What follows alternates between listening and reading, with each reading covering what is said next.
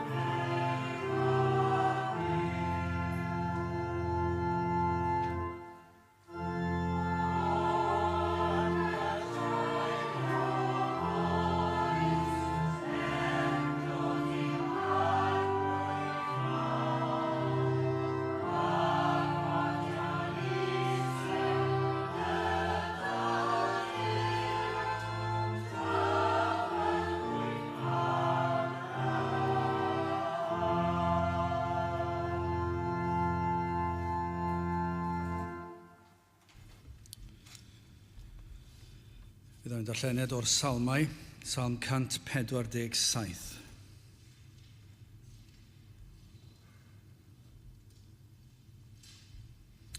Salm 147. Molwch yr arglwydd, canes da yw canu un Duw ni, oherwydd hyfryd yw, ie gweddus yw mawl. Yr arglwydd sydd yn adeiladu Jerusalem, fe a gasgl wasgaredigion Israel, fe sydd yn iachau y rhai brywedig o galon ac yn rhwymo i doluriau. Mae fe yn rhifo rhyfediau ser geilw hwynt oll wrth ei henwau. Mawr yw ein harglwydd a mawr ein nerth a neirif yw ei ddeall.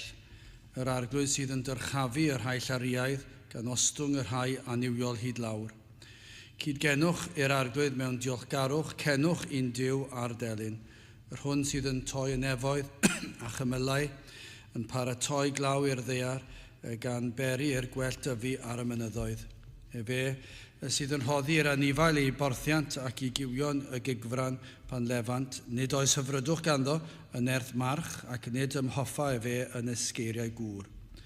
Yr arglwydd sydd hoff ganddo yr rhai ei hofnant ef, sef yr rhai addysgwyliant wrth ei drigaredd ef. Jerusalem molad i'r arglwydd, Sion molianad y ddiw, oherwydd fe a gadarnhaodd faraid y byrth, fe a fendithiad y blant oedd fewn. Yr hwn sydd yn gwyneithu'r dyfro'n heddychol ac a ddiwalla di a braster gwenydd. Yr hwn sydd yn anfon i orchymyn ar y ddear a'i air a red yn dra buam. Yr hwn sydd yn rhoddi eira fel blan ac a deuna rew fel lludw. Yr hwn sydd yn bwrw ei ia fel tameidiau, pwy a erys gan ei oerni ef. Fe a enfyn ei air ac a'i tawdd hwynt, a'i wynt y chwyth fe ar dyfroedd a lifant. Mae fe yn mynegu ei eiriau i Jacob, ei ddeddfau a'i farnedigaethau Israel. Ni wnaeth fe felly ag un genedl, ac nid adnabiant ei farnedigaethau ef, molwch yr arglwydd. Bydde bendith Duw ar ei air sanctaidd ef. Gadewch ni nawr droi at ein harglwydd mewn gweddi.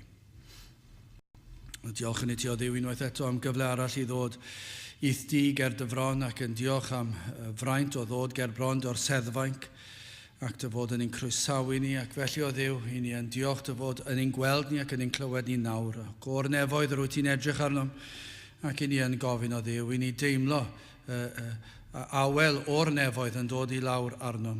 O Dduw i ni yn ddiolchgar yn aml am yr awel hynny pan mae'r diwrnod yn gynnes ac yn boeth ac yma yna awel yn dod i'n cysuro. Ond o Dduw i ni yn teimlo gwres ac trymder cyflwr y wlad i ni'n byw ynddi, ac o Dduw y tywyllwch sydd o'n hamgylch ni, ac y mae angen yr awel honno sydd o ddifri. Ac felly o Dduw i ni yn gofyn i ti ddod i lawr i'n plith, i'n helpu ni o Dduw, i ni yn edrych tuag at y dyfodol ac yn meddwl y faint o amser sydd ar ôl i blant ar y ddaear yma, yn y wlad yma, o Dduw, faint o flynyddoedd sydd o dystiolaeth yn ein dinas ni, ac wrth i ni edrych arno o'n golwg dynol ni o Dduw, does dim gobaith, does dim parhad i'r eglwys yn y gymdeithas sydd ohoni heddiw. Ac eto o Dduw, i ni yn ddiolchgar ein bod yn gallu troi at y Duw sydd yn holl alluog ac sydd goruwch pob peth ac sydd yn abal i wneud yr hyn sydd yn amhosibl yn ein golwg ni.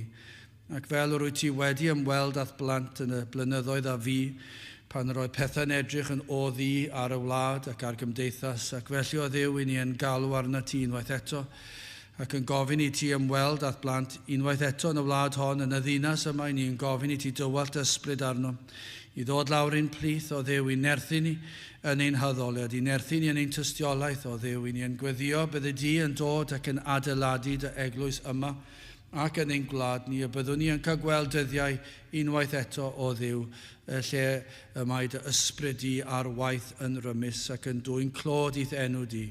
Felly o Dduw i ni yn gofyn i ti hyd yn oed i ymweld â ni yma heddi. Ni'n gofyn am ryw arwyd y fod i gyda ni, ryw galondid i ni yn y gwaith. I ni yn gofyn o Dduw am rai efallai sydd wedi dod ac heb unrhyw fwriad i droi at y ti mewn edifeirwch, ac o Dduw llawn cynlluniau am bleserau'r byd. Ond i ni yn gofyn i ti o Dduw, hyd yn oed yn ystod yr oedfa, bydd ysbryd i yn dod ac yn curo ar y galon, ac o Dduw, bydd yr enaid yn dyrchafu ei golwg tuag at y mynyddoedd ac y byddant yn pwyso'n llwyr ar yr arglwydd Iesu Grist. O Dduw, i ni yn gofyn i ti i wneud y gwaith yma, dim ond ti sydd yn gallu gwneud hyn. I ni yn gofyn i ti felly i ddod lawr i'n plith, gad i ni deimlod y bresenoldeb bob yr un ohonom. O Dduw, cadw ar un drwg i ffwrdd, i ni yn ymwybodol o ymosodiadau'r un drwg yn gyson o Dduw, yn ddyddiol, yn ceisio'n tynnu ni lawr, ac yn arbennig pan yn dod yn agos i di o Dduw, a pan ni'n dod i ddarllen dy air neu i alw ar denw, yr adegau y mae Satan yn dod ac yn dod ar ryw rwystrau ar ein traws ni, blinder yn dod ar ein traws ni, ryw ofnau yn dod ar ein traws ni, pryderon. O Dduw, i ni yn gweddio ar i ti gadw'r un drwg i ffwrdd, yn helpu ni yn ein gwaith yma nawr i dyrchafu enw yr arglwydd Iesu Grist. Felly o Dduw, tyd i'n plith bendithio ni, bendithio dy bobl ar hyd a lled ein gwlad, paratoni ar gyfer wythnos arall i fyw i dy blesio di ac i dy ogoneddu di. I ni'n gofyn i ti felly i ddod i'n plith, helpa ni nawr yn ein haddoliad. I ni'n gofyn hyn o trwy enw ac heiddiant ein harglwydd Iesu Grist. Amen.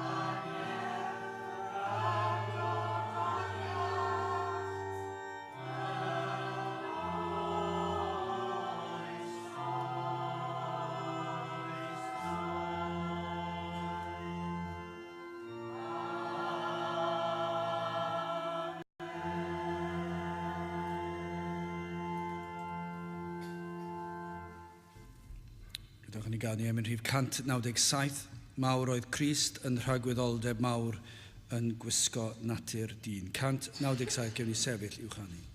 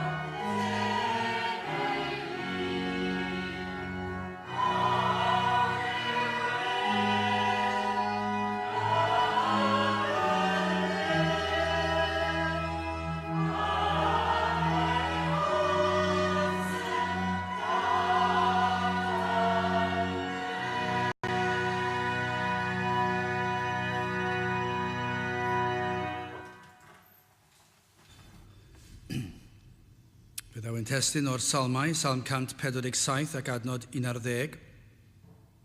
Salm 147 adnod 11. Yr arglwydd sydd hoff ganddo, y rhai a'i hofnant ef, sef y rhai a ddisgwyliant wrth ei drigaredd ef.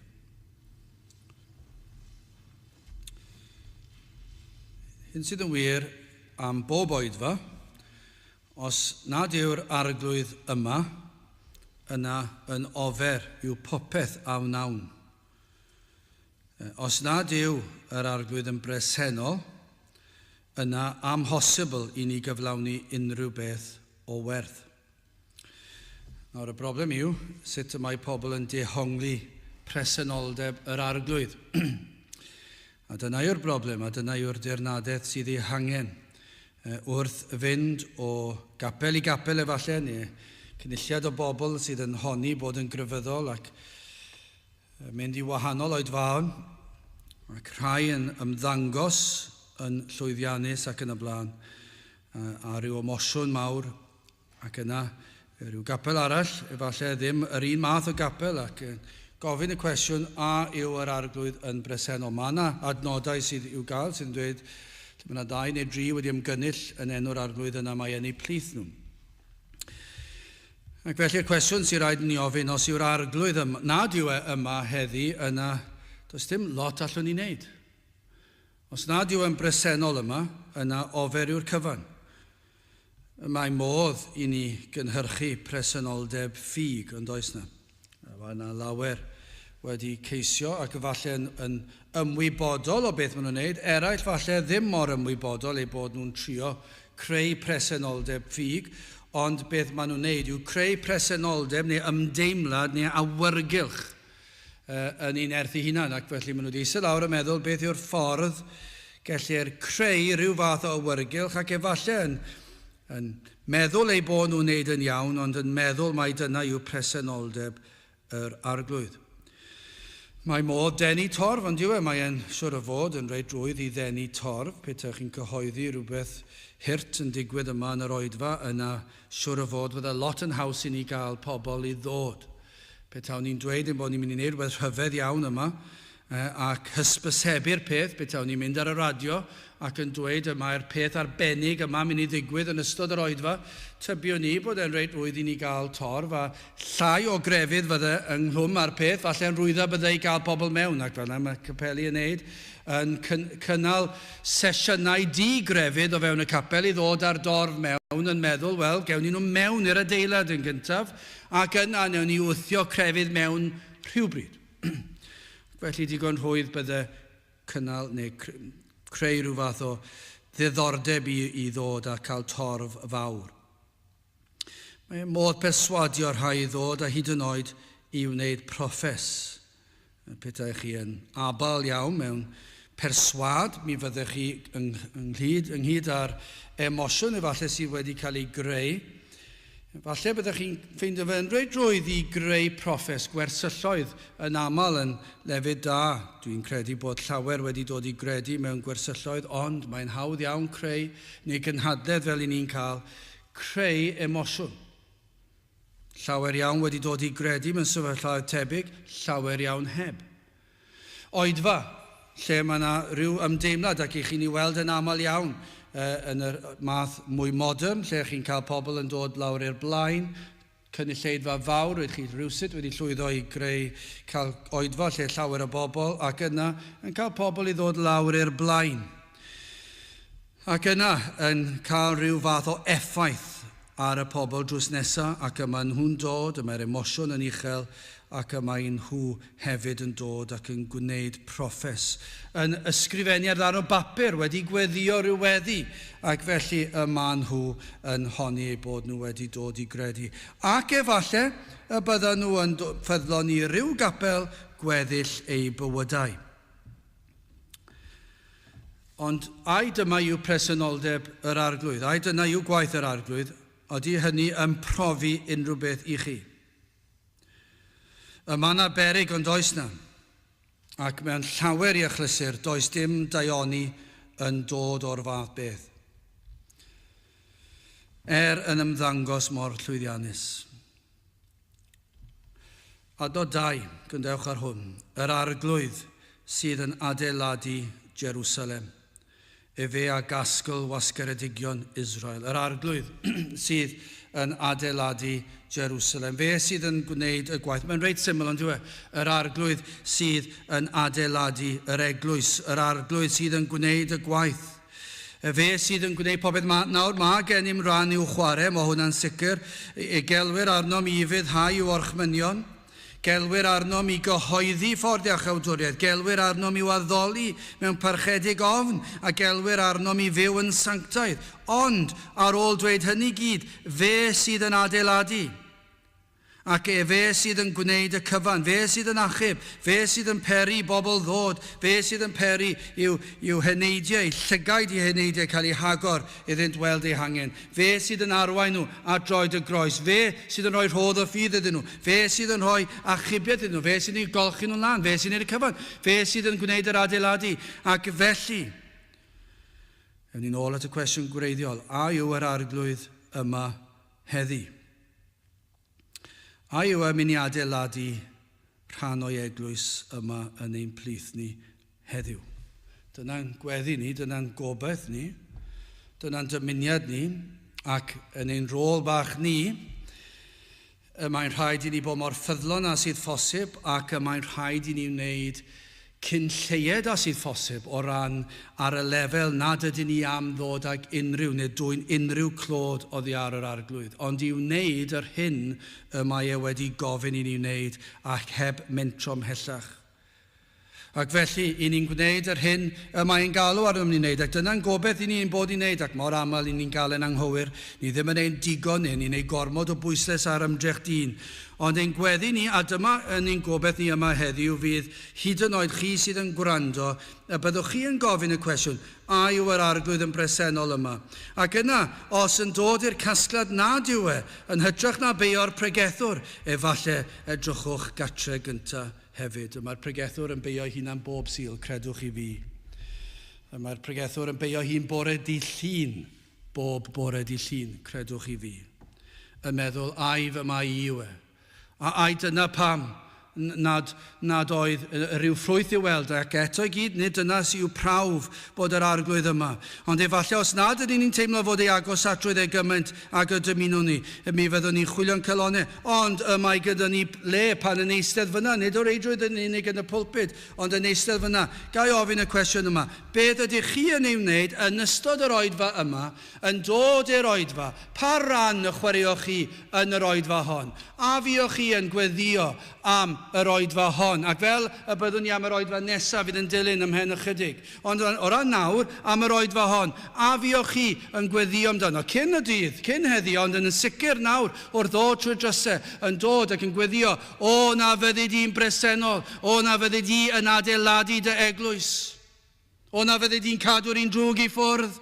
O na fyddi di'n helpu cyhoeddiad yr efengil. Ai dyna i chi yn ei wneud. Ai dyna yw pwysigrwydd yr oedfa yma. Un cyfle arall. Bach yn nifer. Mai fach iawn yw'r nifer. A ydych chi wedi dod yma yn meddwl, mae yna un cyfle arall. Efallai bydd yna un enaid yn dod i gredu yn yr oedfa hon. Ac felly chi wedi bod yn gweddio'n dair ar yr arglwydd. O, na fyddi di'n bresennol. O, na fyddi di yn adeiladu Jerusalem, yn adeiladu dy eglwys yma. Neu ydych chi yn gadael y pregethwr wneud y cyfan ar ei ben ei hun ac anghofio galw ar ei ddiw i ddod. Mae cyfrifoldeb ar bob yr un ohonom. Fe fydd yr un sydd yn pregethu pwy bynnag yw yn atebol yn nydd Iesu Grist. Fe fyddwn ni'n atebol am bob un pregeth. Am bob un awr o baratoi. Am bob un eiliad o'n bywyd. Am bob un camgymeriad. Am bob un gair. Dwyd allan o'i le. Am bob un peth. Fe fyddwn ni'n atebol. Ond hefyd, fe fyddwch chi hefyd yn atebol. Am yr oedfa hon. I fe dim ond oedfa fach arall yw i. Yn y canol rhwng dwy arall, efallai ai dyna yw'r oedfa hon, neu ai yw yn gyfle arall i un enau dod i gredu, ai dyna pwysigrwydd yr oedfa hon. Fel ymhen ychydig oriau, fe fyddwn ni'n dod i'r oedfa arall, oedfa Saesneg. A yw yr oedfa honno hefyd yn holl bwysig, yn y presennol, am 6 o'r gloch, fe fydd yr oedfa honno yn holl bwysig.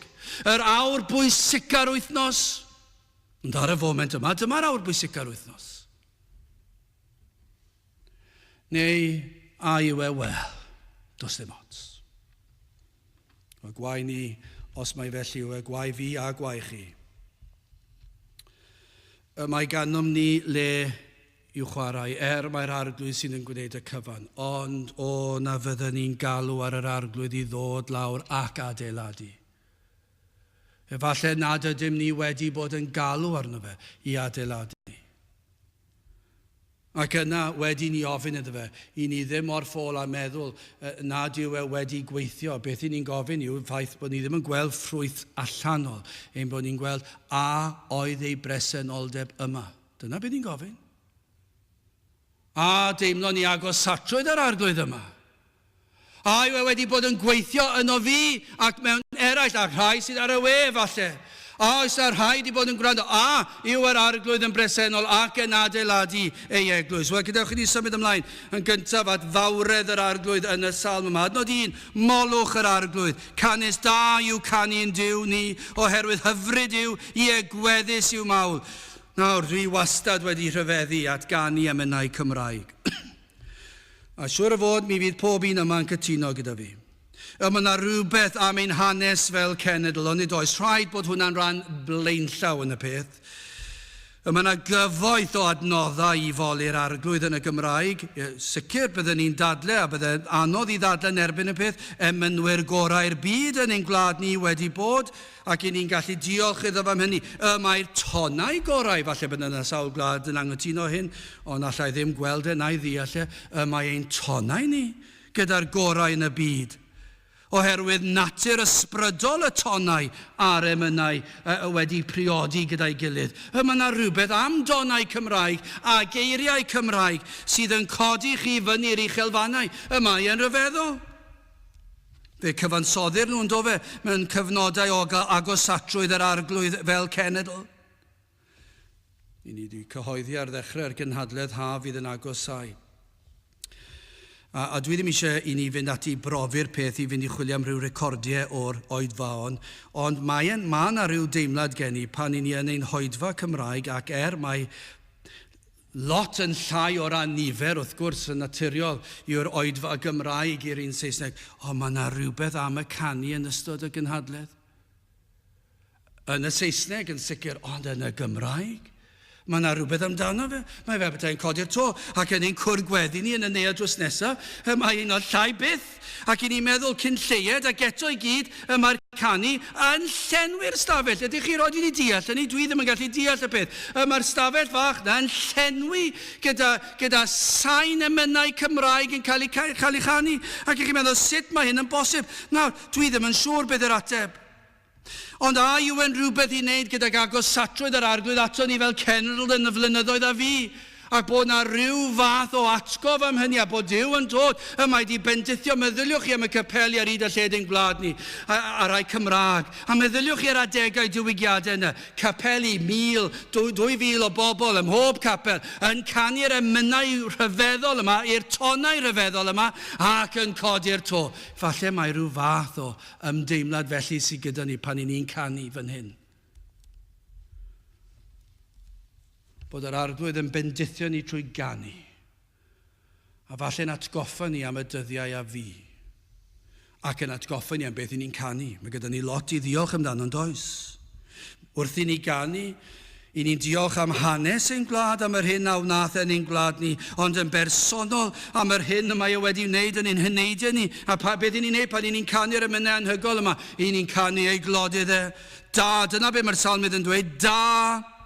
Gweddus yw canu ei glodydd, ac mae yna rhywbeth am hyd yn oed ni fel cenedl, mae yna rhywbeth hyd yn oed fwy arbennig am y peth. Gweddus, da yw canu ei glodydd, canu ei fawr, canu beth am ei fawredd. A 5, mawr yw ein harglwydd, a mawr ei nerth, a neirif yw ei ddeall. Dyna beth ni'n canu amdano, pan ni'n ymgynnull ynghyd yma yn y capel, i ni'n dod ac yn canu ei glodydd, a mae yna rhywbeth hyfryd, pan mae yna criw o bobl yn dod ynghyd ac yn canu ei glodydd. I ni'n canu am un na ellir bod yn fwy. Mawr yw ein harglwydd, a mawr ei nerth, a neirif yw ei ddeall. Ydych chi'n gallu dernod hynny? I chi gallu ymgyffred mawredd yr arglwydd, mae y tu hwnt i'n deall ni, dim ond crafu'r wyneb fedrwn ni wneud, nid oes mwy na'r arglwydd. Nid oes cryfach na'r arglwydd. Nid oes mwy gwybodus na'r arglwydd. Mae e'n fawr ym mhob peth fe a greodd yr holl fyd y bydysawd. Ni wedi dyfynu hwn sawl gwaith. Beth yw mesur glas yn en? Beth yw maint y ser uwch ben? Dweud mae'r bydoedd yn dyglyw blentyn bach. Mor fawr yw Duw. Pan ewch chi allan ac ych chi'n edrych ar yr awyr, beth yw mesur glas yn en? Ydych chi'n gallu mesur yr awyr? Beth yw maint y ser uwch ben? Edrychwch ar y ser a pa mor bell ydyn nhw a'r holl wyddoniaeth sy'n ôl y ser. Mae'n anhygol yn diwe. Beth mae hynny'n dweud wrthoch chi? Dweud mae'r bydoedd yn dyglyw blentyn bach, mor fawr yw Duw. A be mae'n dweud wrthyn ni, mae Duw yn fwy na'r rheini. Adnod 4, mae fe yn rhifo rhyfedu y ser, geilw hwynt oll wrth ei henwau. Dyna chi fawredd. Mae'n gallu rhifo pob un seren. Mae'n ei cofio o ran ei henwau. Mae'n dangos i ni pan ni'n ystyried bod Duw yn gallu gweld y ser. Mae'n gwybod fe greodd nhw, fe gosodod nhw yn ei lle, ac nid yn unig mae'n gwybod faint sydd yna. Mae'n gwybod popeth amdanyn nhw, mae'n gwybod am eu cyflwr nhw, mae'n gwybod eu henwau nhw gyd, bob yr un, does dim un wedi mynd ar goll, mae'n gwybod y cyfan. Be mae hwnna'n dweud ydy, mae Duw mor fawr, mae'n gwybod pob dim, mae'n gwybod pob un person, mae'n abod un henwau ni gyd, mae'n clywed ac yn gweld pob dim. Dyna beth mae mawredd Duw yn dweud wrthyn ni, mae mawredd Duw yn frawychus, mae e'n gweld ac yn deall pob un ffaith amdano ni. Mae e'n farnwr sydd yn gallu barnu'n deg, gan ei fod yn gwybod y cyfan. Does dim byd y tu hwnt i'w olwg, ei glyw ei ddeall. Mae'r salmydd yn dweud, aneirif yw ei ddeall. Dyna i chi wybodaeth. Dyna i chi ddeallusrwydd. Does dim byd y tu hwnt i'w ddeall. Mae e'n deall y cyfan.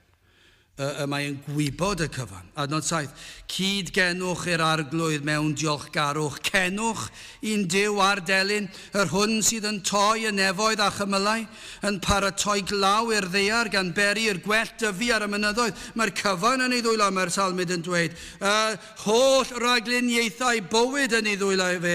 Mae e'n peri'r glaw i syrthio, mae'n peri'r haul i dywynu, mae'n peri'r cnydau i dyfu, ac os yw'n penderfynu i'r cnydau beidio tyfu, mae'n peri iddyn nhw beidio tyfu. Mae'n gallu trefnu'r cyfan yn ei ddwylo ef. Ni newydd canu yn dofe, mawr oedd Crist yn rhagwyddoldeb, mawr yn gwisgo natur dyn, mawr o argalfaria, mawr yn meiddi angau hun, hynod fawr yw y nawr brenin nef a dear lawr. Mawr oedd Iesu yn yr arfaith, mawr yn y cyfamod hedd, mawr y methlem a chalfaria, mawr yn dod i'r lan o'r bedd, mawr iawn fydd ef ryw ddydd pan ddatguddir pethau cudd. Mawr yw Iesu yn ei berson, mawr fel Duw a mawr fel dyn. Mawr ei degwch a'i hawddgarwch, gwyn a gwridog teg ei lun. Mawr yw ef yn y nef, ar ei orsedd gadarn gref. Ydych chi gallu meddwl nawr mae'r arglwydd ar ei orsedd yn y nef, ac mae e'n fawr ar ei orsedd yn y nef, ac nawr mae e'n edrych lawr arnom. Ac mae'n gwybod ein bod ni'n siarad amdano, mae'n gwybod bod ni'n pregethu amdano fe, mae'n gwybod bod ni'n mynd i ganu amdano fe, a pan ni'n canu amdano fe, ydyn ni'n ystyried ei fod yma ni'n plid, ei fod ni'n gweld ni, mawr yw yn y nef, ar ei orsedd gadarn gref. A beth ni'n neud? Fe fyddwn ni am canu ei glodydd e. Fyddwn ni am ddyrchafu ei enw e, pam ef yw'r mwyaf o'r cyfan. Mae e'n fwy na phopeth. A neirif yw ei ddeall e. Mae ei ddeall e tu hwnt i unrhyw beth. Mae'n gwybod y cyfan. Mae'n gwybod pam i chi yma. Mae'n gwybod os ydych chi eisiau aros yma neu eisiau mynd. Mae'n gwybod hynny. Mae'n gwybod os nad oes bwriad gyda chi wrando. Mae'n gwybod os oes bwriad gyda chi wrando. Mae'n gwybod natur eich enaid chi os yw e'n galed fel carreg, neu os ydych calon yn meddwl hai ac yn dechrau ceisio fe. Mae'n gwybod y cyfan. Mae'n fawr yn y nef. Wel, gyda chi symud ymlaen, beth am ymostyngiad yr arglwydd? Wel, mae'r ymostyngiad yn fwy rhyfeddol pan yn dilyn yr adnodau am ei fawredd, ond yw e? Pan yn meddwl mawr yw ein harglwydd a mawr ein nerth a neirif yw ei ddeall, pan ych chi'n meddwl am fawredd Duw ac yna meddwl am ei ymostyngiad, mae'r pwysles ar y ffaith fan hyn, fy arglwydd, mawr yw ein harglwydd, mawr yw fy arglwydd. Sut gall hyn fod? Bod yn y byd yma, mae'n anodd gweld y cyffredin yn ymostwng i'r cyffredin hyd yn oed. Ond ydyw e, mae'r cyffredin mor amharod i ymostwng lawr i rywun arall sydd yn gyffredin. Ond pan i chi yn gweld rhywun sydd yn gwneud ychydig yn well na chi, be maen nhw'n wneud? Maen nhw'n edrych lawr eu trwynau. Ond ydyn nhw? Pan llwyddiannus iawn, yn aml, does dim amser ganddynt o gwbl i'r sawl sydd yn llai llwyddiannus. Dyna natur y byd. Mae yna rhywbeth am lwyddiant i ni'n edrych lawr ar bobl eraill ac yn meddwl dyn nhw ddim cweith cystal â ni. Falle ddim o'r glyfar â ni, ddim o'r grif â ni, ddim o'r bert â ni, ddim o'r academydd â ni, ddim o'r ddawnus yn y byd chwaraeon â ni, ac yn rhywsut neu gilydd ni'n meddwl bod nhw'n well pobl ni. A dyna yw natur cymdeithas. Maen nhw'n edrych lawr ar bobl. Ac mae bob lefel o gymdeithas sy'n ni'n gwneud. Dim pwrpas mynd lan i'r lefel yma, lefel yma. Pa bynnag lefel yw e. Mae pob un ar rhywbeth greddfol yn ni. Os ydw i chydig yn well na rwy'n arall, fy natur i yw edrych lawr yn nhw a meddwl, dwi'n well na ti. A dwi ddim yn bodlon ostwng, dwi'n meddwl am beth, dwi yn ymostwng lawr i dy lefel di am eiliad ac yn teimlo drosto ti bod ti ddim cweit mor dda a fi, ti ddim cweit mor glyfar a fi, ti ddim cweit mor gryf a fi, ti ddim cweit mor gyfoethog a fi, ac i ni'n meddwl, dwi'n neud tro da a ti, ac mae yna falchder yn ein ymostyngiad ni, ond yma, be sydd gyda ni fan hyn, yr arglwydd, y mwyaf yn y byd, y mwyaf yn y bydysawd, brenin y brenhinoedd, creawdwr y bydysawd. Ac eto, mae gennym hawl i'w alw'n arglwydd arnom ni. Yr arglwydd yw fy migael. Yr un holl wybodus, yr un holl bwerus, yr un sydd yn sofran, yr un sydd goruwch pob dim, mae fe yn ymostwng a drai fel ni, yr isel. Ni'n gweld yr ymostyngiad yn rhyfeddol, yn ei ofal, yn ei gariad, yn ei bleser ohonom ni. Pleser yn yr rhai sydd yn isel, yr rhai sydd yn dioddef, yr rhai yn ôl y salmys sydd yn frywedig. Dyna'r rhai mae Duw yn ymostwng lawr, gallwch chi ddim cael pellter fwy, yr holl alluog a ni creaduriad gwael y llawr. Ac eto gyd mae Duw yn ymostwng lawr atom ni. Yr arglwydd sydd yn adeiladu Jerusalem, efe a gasgl wasgeredigion Israel. Mae e'n casglu y rhai sydd ar wasgar. Y gwrthodedig, dyna be mae'n dweud, mae e'n casglu y rhai sydd cael ei gwrthod. Y rhai sydd wedi gweld yr hyn sydd yn wir ohonynt. Ef sydd yn peri iddynt weld ei cyflwr. Dyma be mae'n dweud. Dwi yn casglu y rhai gwrthodedig, y rhai isel, ac fe sydd wedi peri iddyn nhw weld i cyflwr nhw, i weld pa mor isel nhw. Trwy gwaith yr ysbryd glân, mae'n agor i llyged. Dyma sut mae'n casglu'r gwrthodedig. Mae'n agor llyged ei heneidiau i weld i pechod ef sydd wedi dod i ddelio. A phechod, mae'n peri i ni weld ein cyflwr, mae'n peri i ni weld ein gwendid ni pa mor isel ni. Adnod 3, efe sydd yn iachau y rhai brywedig o galon ac yn rhwymo ei doluriad. Dyna chi adnod. Mae gair Duw yn llawn adnodau tebyg i hyn, ond jyst meddyliwch am yr adnod yma. Mae Duw yn ymostwng, mae'r arglwydd yn ymostwng, ac mae'n dod lawr a drai fel ni sydd yn ei wrthod rai sydd yn ei gysau rai sydd yn gwrando ar ei eiriau fe. A be mae'n neud? Mae'n dod lawr ac mae'n iachau y rhai brywedig o galon ac yn rhwymo ei doluriau. Dyna chi mostyngiad. Yr un perffaith yn plygio'r nefoedd ac yn iachau'n brywiau. Dyna chi frywiau sydd gan yr isel. Y sawl sydd wedi gweld ei gwir gyflwr yng ngoleuni perffeithrwydd Crist. Dyna i chi gyflwr. pan ni'n gweld mawredd Crist, ac o'r diwedd ni wedi gweld ein cyflwr ni, ac yma'r profiad yn un erchyll. Ac mae yna lefelau gwahanol, rhai yn cael mewn ffyrdd gwahanol, ond yr un yw'r natur y profiad yw yn cael gweld ein pechod, ac mae e'n boen, mae e'n boendod ar yr enaid, a bron yn gorfforol, fel mae'r mynydd yn dweud, euogrwydd fel mynyddoedd byd. Dyna i chi, does dim byd gwaith hynny'n agos, euogrwydd, a mae fel mynyddoedd byd yn pwyso lawr arnoch chi, a chi ddim yn gallu gwneud dim i godi i fyny o'r peth. Mae'n pwyso'n drwm ar yr enaid, ac dyna friwiau sydd ar yr enaid. I chi wedi cael briw o'r blaen ar y croen, ac ar y fraich, ar y coes, efallai mae'n brifo. Ond ar yr enaid mae'n waith, ac yna pan mae'r ysbryd yn dangos i chi gyflwr yr enaid, ac chi'n dechrau teimlo'r boen, mae yna friwiau ar yr enaid, a mae'r enaid yma'n doredig, yn llawn doluriau yn naturiol felly. Beth yw ein cyflwr ni naturiol? O'n genedigaeth ni, dyna yw ein cyflwr ni, yn bechaduriaid o enedigaeth. Dydyn ni ddim yn bechaduriaid oherwydd i ni bechu wrth dyfu fyny. Dyna chi gamddealltwriaeth. Mae yna rai pobl yn meddwl bod ni'n bechaduriaid oherwydd rhywbeth am wnaethon ni fel plant. Ond dyw hwnna ddim yn wir. Rydym ni yn pechu oherwydd ein bod yn bechaduriaid o enedigaeth. I ni'n bechaduriaid yn naturiol gennyr pob un enaid yn bechadur, ac o ganlyniad i hynny fe ddaw y pechodau gweledol. Mae'r galon yma'r enaid mewn cyflwr angheuol o'r cychwyn un, ond yna y broblem yw, felly chi'n edrych ar cyflwr yr enaid o enedigaeth, beth chi gallu gweld yn eich dwylo chi, byddai fe'n afiach, byddai chi ddim eisiau dal yr enaid, hyd yn oed mewn baban bach. Petai modd cymryd enaid, hyd yn oed ar ei fancaf oll, ac edrych arno fe'n eich dwylo chi, byddai chi'n dweud, yma afiach, mae'n llawn briwiau, mae'n erchyll, mae'n llawn pechod, cyn iddo fe hyd yn oed dweud gair. Ond yna, wrth dyfu, mae pechod yn peri mwy o friwiau allech chi ddadle.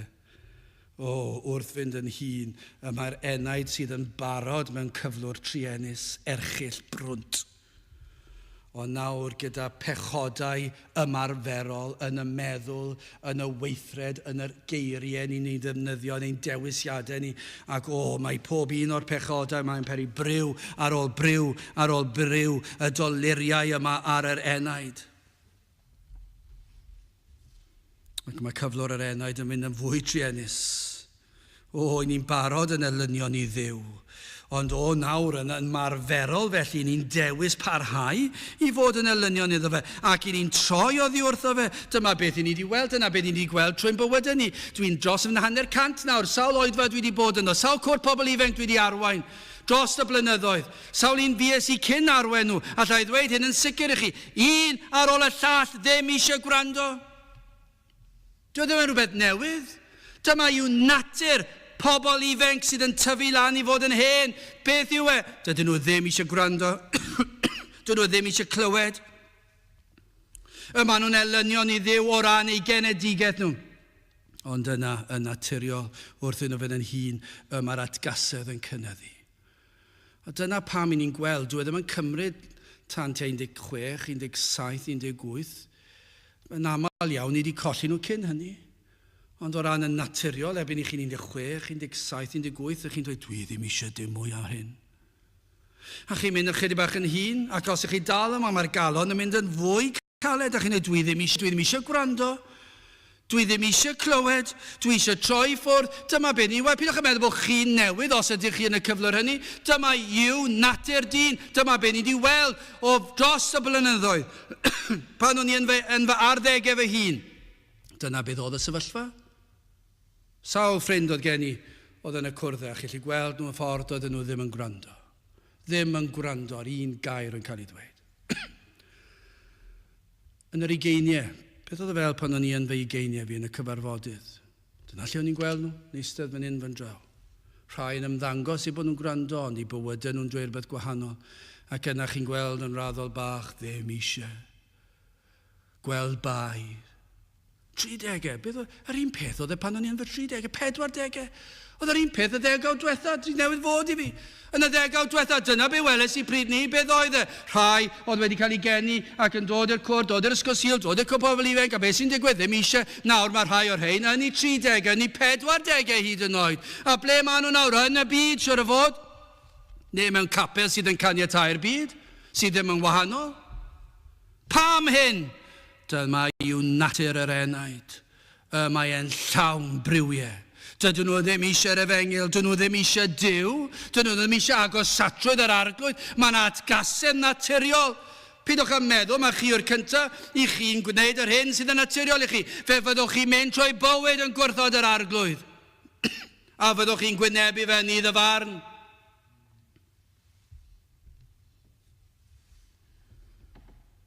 Dyma chi ddatganiad o mystyngiad Duw tuag atom ni.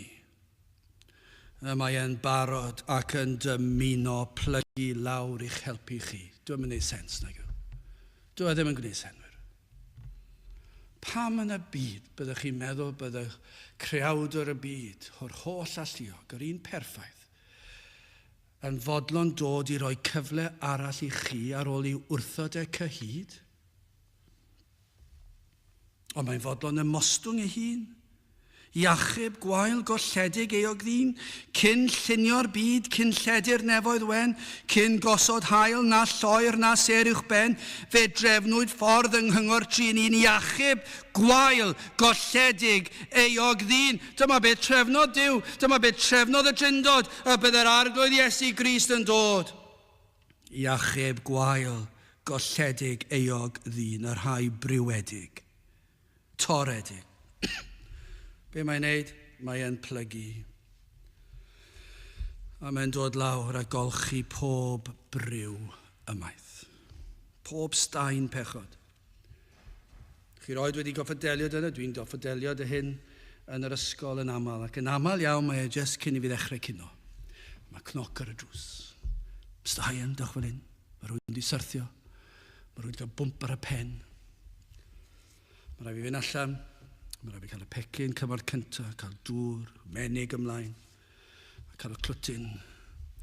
Mae rhaid fi gysuro'r plentyn, trio cael nhw i feddwl am rhywbeth arall. Sdim i gwaith na rhywun yn dod heibio, a dweud hwnna, chi'n trio perswadio'r plentyn, dwi ddim yn wael, a chi'n trio cael gwared ar bawb arall. Nes ddim eisiau poeni nawr.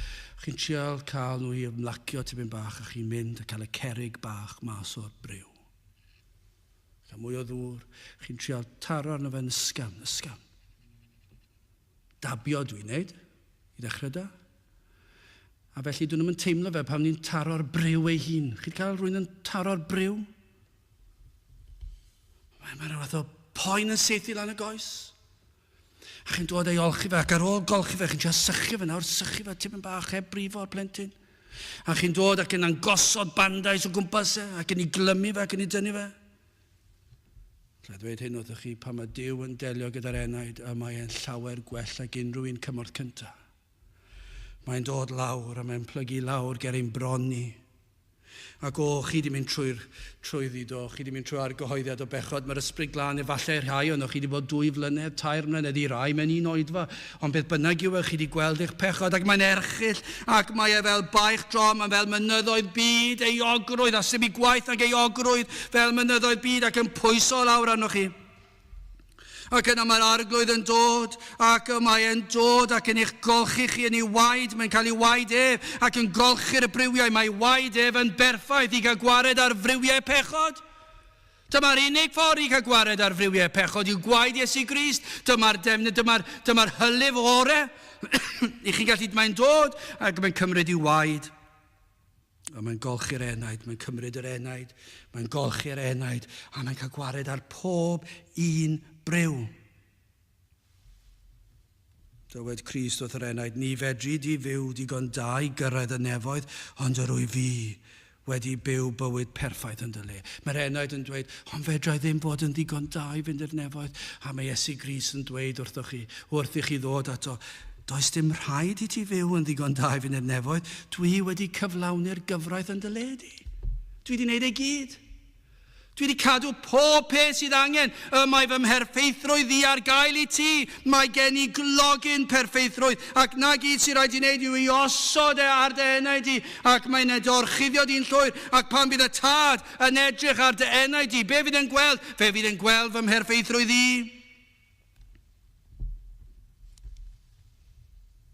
Ac fe ath Iesu Grist yn I fydd yr groes yn do. Ac yno ar y groes cymerodd y gosb am ein methiant ni, am ein natur bechadurus ni. Ac yno dioddefodd, digofaint y tad yn cael ei dywallt arno ef. Ac yno mae e'n gwahodd y gwan, yr isel, y dinod, y pobl sydd ddim yn bwysig, y brewedig, y llwythog, ac mae e yn ein gwahodd I beth, I ddod at y ffynon wrth droed y groes. Dyna beth mae'n dweud. Mae'n dweud, dewch, golchwch fan hyn. Ac mae e'n dyner yn ei ymdriniaeth ohonom. Efallai lan at hynny, gallech chi ddweud oedd y broses ddim yn teimlo'n dyner iawn. Pan mae'r ysbryd glân yn agor eich llyged I weld eich pechod. Ond ar ôl I chi weld eich pechod, ac I chi wedi gweld digon o'ch pechod, nawr mae'r tynerwch yn dod. Nawr mae'r ffynon yn agor. Ac mae'n delio gyda'r enaid. Mae'n ein tywys ni yno. Efallai bod ni wedi ffeindio fe'n anodd I ddod a droed y groes I ni mor llwythog ac eog o dan pwysau pechod ein henaid ni. Ac mae hyd yn oed falle ni'n cario ni a droed y groes ac mae'n ein gosod ni yn ofalus wrth ei draed a bryw ar ôl bryw mae e'n ein golchi ni'n lan. Pechod ar ôl pechod ar ôl pechod mae e'n cael gwared ar y cyfan. Be mae'n dweud fe sydd yn iachau y rhai brewedig o galon ac be mae'n neud?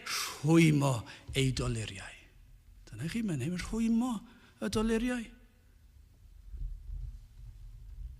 A mae'n neud e heb iddo fe frifo. Doedd ddim yn brifo. Mae'n rhwymo'r doluriau. A pan yr enaid yn dweud, ond beth am y pechod yma? Mae gen I atgofo rhyw bechod dwi wedi wneud. Ac yna mae rhywbeth arall yn dod. Beth am y weithred yma dwi wedi wneud, efallai bod chi ar droed y groes. A chi ddim yn gallu maddau eich hunan am wneud rhywbeth neu dweud rhywbeth. Am eich calon chi'n torri a chi'n dweud, chi'n gweld Cris yna'n dod a mae'n golchi'r briwiau I ffwrdd, mae'n golchi'r staen pechod I ffwrdd. Ac chi'n dweud, ond beth am hwn, dwi ddim yn gallu maddau fe hun am hwn. Be mae Iesu Grist yn ei ddweud, mae'n tywelu'r enaid I lawr. Paid â phoeni. Ac mae'n golchi'r briw honno I ffwrdd. Trwy ei waed mae'n cael gwared ar y staen dywyllach sy'n posib, ac mae'n rhwymo'r dolir. Mae'n lleddfu'r boen cydwybod. Dyna be mae'n neud. Mae'n delio gyda'ch cydwybod chi'n syth. Mae'n dod, dwi wedi maddau'r cyfan, pob un pechod a wneithbwyd yn y gorffennol, pob un pechod I ti'n wneud nawr yn y presennol. Ac mae Iesu'n dweud wrth eich enaid, ac fe fydd pob un pechod wyt ti'n mynd I wneud yn y dyfodol. Dwi wedi golchi'r cyfan I ffwrdd yn barod. Hoelir y cyfan ar y groes. Dwi wedi talu'r pris yn llawn am dy iachawdwriaeth di. Dyna chi am ystyngiad. Ei fod efo'r holl alluog yn fodlon plygu lawr I faddau ac I olchi ac I iachau y brewedig o galon ac I rwymo ein doluriau ni. Yr holl alluog yn neud hynny. Wel, I orffen. Pleser yr Arglwydd, adnod 11. Yr arglwydd sydd hoff ganddo, y rhai a'i hofnant ef, sef y rhai a ddisgwyliant wrth ei drigaredd ef. Bod hi'n helpu ni ddeall hyn yn iawn, mae'n dda felly edrych ar yr adnod blaenorol. I weld hefyd beth sydd ddim yn rhoi pleser iddo fe. Adnod 10. Mae'n dweud wrth ni, mae'r salmydd yn dweud wrth ni beth nad yw'r arglwydd yn cael pleser yn ddo. Nid oes hyfrydwch ganddo y nerth march, ac nid ymhoffa fe yn esgeiriau gŵr. Mae hwn yn help anferth I ni gwybod yr hyn y mae Dyw yn ei hoffi, a'r hyn nad yw yn ei hoffi. Mae mor bwysig. Mae'n dweud wrthym am y sawl a gaeth fynediad i'r nefoedd a'r sawl a wrthodir i'r nefoedd. Rydyn ni'n dweud wrthych chi nawr, dwi'n gwybod beth mae Duw yn hoffi a beth dyw e ddim yn hoffi. Falle byddwch chi'n eistedd lan yn gwrando. Ond dyma beth mae Salmyn yn ei ddweud. Mae'n Duw ni'n wahanol i'r byd, mae'r byd yn dyrchafu'r llwyddiannus, y pwerus, y cryf, y galluog. Dyna beth sy'n cael ei werthu dro ar ôl tro. Hysbysebion. Be mae hysbysebion yn gwneud? Yn ddefnyddio'r pert, neu'r cryf, neu'r galluog, y llwyddiannus, ac yr oer ymddangosiad yma mwyn gwerthu nwyddau nhw. Dyma sy'n mae'r byd yn gweithio. Ac eto, beth yw cryfder dyn? Beth yw gallu dyn? Yng ngoleuni cryfder a gallu'r holl alluog a'r holl wybodus. Nid yw Duw yn hoffi. Nid oes pleser ganddo. Yn yr rhai sydd yn pwyso ar nerth dyn a'r ymdrechion yr hunan. Efallai gallwn ni ddehongli fe fel hyn. Chi sydd yn meddwl y gallwch chi gyrraedd diwedd y daith, gallwch gyrraedd y nefoedd yn eich nerth eich hun. Ar sail hyn yr ydych wedi ei wneud ar hyn i chi, credwch efallai gallwch chi wneud digon i gyrraedd y nefoedd. Ond beth mae'r arglwydd yn rhybuddio yw hyn, nid oes hyfrydwch ganddo y nerth march ac nid ymhoffa i fe yn ysgeiriau gŵr. Nid yn unig nid yw yn hoff ohonynt. Mae'n gwybod y mae'n elyn i chi ac mae'n amhosibl i chi gyrraedd trwy nerth eich hun. Ond adnod 11, yr arglwydd sydd hoff ganddo, yr rhai a'i hofnant ef, sef yr rhai a ddisgwyliant wrth ei drigaredd ef. Mae'n rhyfedd yn diwedd. Nag yw e'n rhyfedd i ni fod yn gallu dweud bod yr arglwydd yn hoffi rhai ohonoch chi yma. Mae'n eich hoffi chi, lle mae'r falle, dim llawer o bobl yn hoffi chi, ond mae'r arglwydd yn. Nag yw e'n rhyfedd bod yr creawdwr y byd yn eich hoffi chi. Dyna beth mae'n dweud, yr arglwydd sydd hoff ganddo, yr rhai a'i hofnant ef, mae pleser ganddo. Yn yr rhai isel, yr rhai sydd yn pwyso'n llwyr ar Grist, yr rhai sydd wedi gweld yr hyn a wna Iesu Grist yn ei lle, ac maent yn pwyso'n llwyr am iachawdwriaeth arno ef, a dych chi'n ofni'r arglwydd. Gai ofyn sut fath o ofn sydd gyda chi? Chi sydd yma. A yw yn barchedig ofn, yn ofn mabol, wrth i ni edrych ar ein tad nefol, ofn wrth feddwl am ein pechod ni a gweld ei fawr y ddef, ofn ei dramgwyddo, ond ofn sydd yn llawn gobeith. Gan ei fod yn pwyso ar addewidion yr arglwydd. Gwybyr enaid fod ei obaith yn obaith sicr. Ydy hwnna'n ddisgrifiad ohonoch chi? Ydych chi wedi dod at droed y groes? Ydych chi wedi dod at y man lle nath Iesu Grist plygu lawr a golchi'r staen i ffwrdd, a'r briwia, a'r rhwymo'r dyliriau? Ydych chi wedi pwyso'ch enaid ar yr arglwydd? Ydych chi'n ofni'r arglwydd a pharchedig ofn ac yn pwyso ar drigareddau'r arglwydd? Dyma'r unig o beth. Does dim ffordd arall, mae'n dweud, amhosibl cyflawni gofynion y tad. Fedrwn ni ddim cyrraedd y safon, ond mae'r Cristion yn gobeithio i sicrwydd ei fod yn ddiogel. Nawr, nid gobeithio hyn croesi bysedd. Nid dyna ystyr y gair gobaith yma. Mae'r gobaith yma yn gobaith pendant, sicr. Ni fedrir ei hysgwyd. A mae e'n sicrwydd ein bod yn eiddo'r arglwydd, oherwydd natur a chymeriad yr arglwydd. Ni all yr arglwydd ddweud celwydd. Ac felly mae'r Cristion yn gwybod, dwi'n gallu pwyso ar addewidion Duw, gan na all ddweud celwydd. Dwi'n gallu torri ei gyfamod. Dwi'n gallu torri ei addewidion. Dwi ddim yn gallu troi o'i addewidion e. Y sawl a ddaw ato ef, nis gall ei troi ymaith mewn diaddo. Dwi ddim yn gallu'ch troi chi ffwrdd. Os ydych chi'n dod yn llwythog ac yn flinderog ac yn dod at droed y groes ac yn dod yn waglaw ac yn dweud does gen I ddim ond fy mhechod ac yn pledio arno o byd garog im. Mae e wedi addo yn ei air na all e troi chi ffwrdd. Dyna chi obeth. Chi sydd wedi dod yn llwythog. Chi sydd wedi cyffesu'ch pechod. Chi sydd wedi edifarhau. Chi sydd wedi dyrchafu eich llygau tuag at y mynyddoedd. O, fe allwch chi dystio iddo ddod ac ymostwng a delio gyda'ch ofnau a'ch briwiau. Ac fe gymerodd eich baich oddi ar eich cefn. Chi'n cofio pan tynnwyd y baich oddi ar eich cefn. Does dim profiad tebyg iddo fe. Fe gymerodd eich baich, ac fe hoeliodd i'w groes, ac fe leddfodd y boen yn syth, ac fe roddodd e heddwch i'ch enaid, a fe roddodd e ganiad newydd yn eich genau, fel mae'r salmydd yn sôn amdano ar y cychwyn.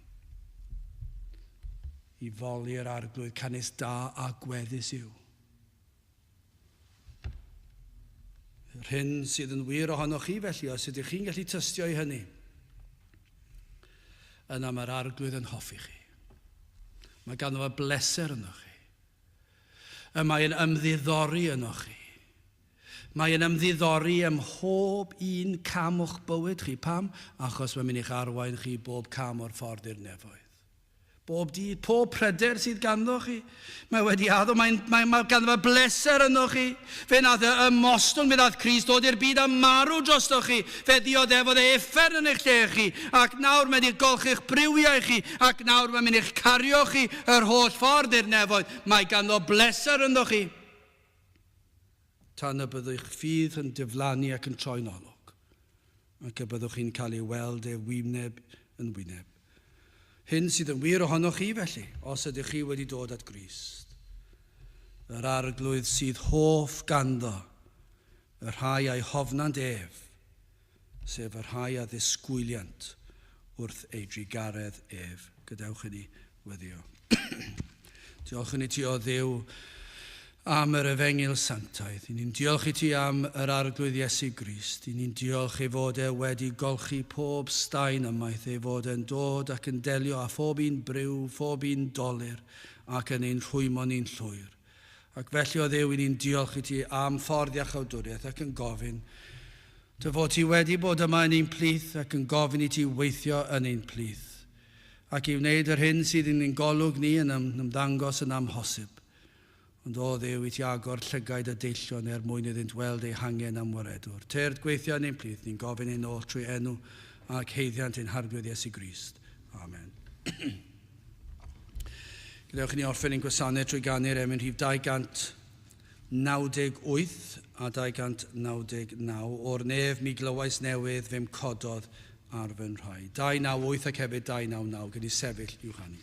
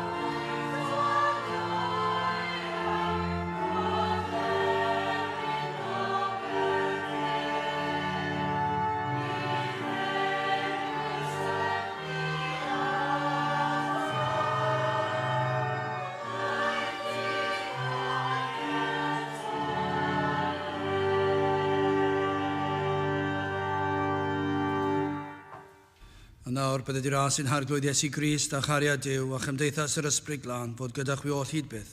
Amen.